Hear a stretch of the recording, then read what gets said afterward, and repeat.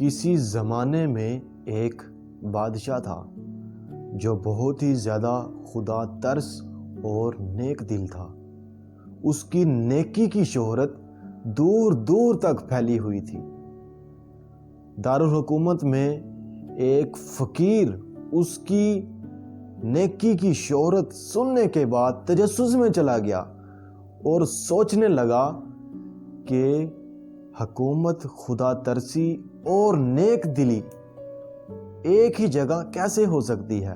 وہ اسی کشمکش میں محل کا رخ کرتے ہی پیدل سفر کو نکل پڑا اور کئی میل پیدل سفر کرنے کے بعد وہاں پہنچ ہی گیا، اور محل میں داخل ہونے کے بعد جب دروازے پر پہنچا تو اس نے ادھر ادھر دیکھا، لیکن اسے کوئی بھی دربان نظر نہیں آیا۔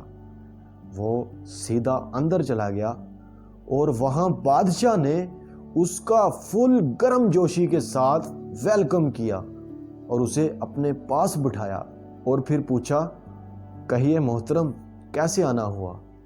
وہ فقیر بولا کہ میں دیکھنے آیا ہوں، میں نے سنا ہے کہ یہاں آگ اور پانی کا بالکل اکٹھے بسیرا ہے، بس اسی چیز کو دیکھنے آیا ہوں۔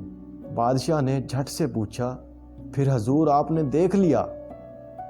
وہ فقیر کہنے لگا، ہاں میں نے دیکھ لیا، اور یہ کہتے ہی اپنی جگہ سے کھڑا ہوا اور واپس جانے کے لیے جب پہلا قدم اٹھایا، بادشاہ اس کی بات سمجھ چکا تھا۔ اس نے بھی فوراً سے کہا کہ رکیے محترم، میں آپ کو اس کا راز بتانا چاہتا ہوں، اور پھر اتنا کہتے ہی پورے شہر میں اعلان کروا دیا کہ آج میرا بہت ہی خاص مہمان آیا ہے، تو اس کے استقبال میں گلیاں اور بازار سجا دیے جائیں۔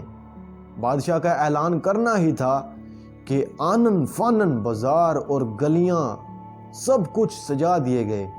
بادشاہ نے اس فقیر کے ہاتھ میں ایک پانی سے بھرا پیالہ تھما دیا اور ساتھ جلاد کو یہ حکم کر دیا کہ اگر تمہیں لگے کہ ایک قطرہ بھی پانی کا زمین پر ٹپکنے لگا ہے تو اس سے پہلے اس کی گردن ٹپکا دینا۔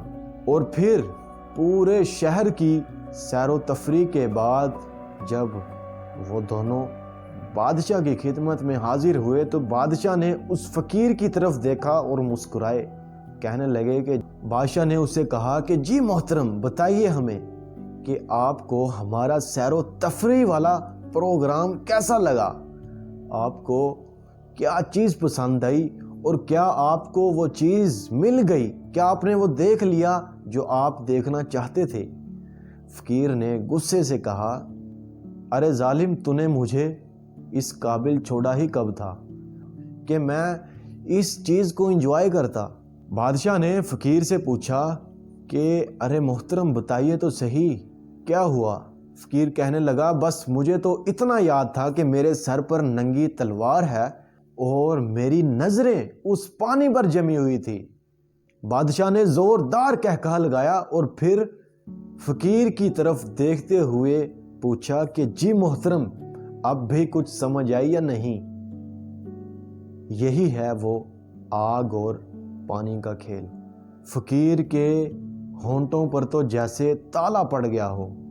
وہ بادشاہ کے چہرے کی طرف تجسس کے ساتھ آنکھیں پھاڑ پھاڑ کر دیکھنے لگا۔ بادشاہ نے پھر سے کہا کہ یہی ہے وہ راز حکومت کے انتظام اور خدا پرستی کے یکجا ہونے کا۔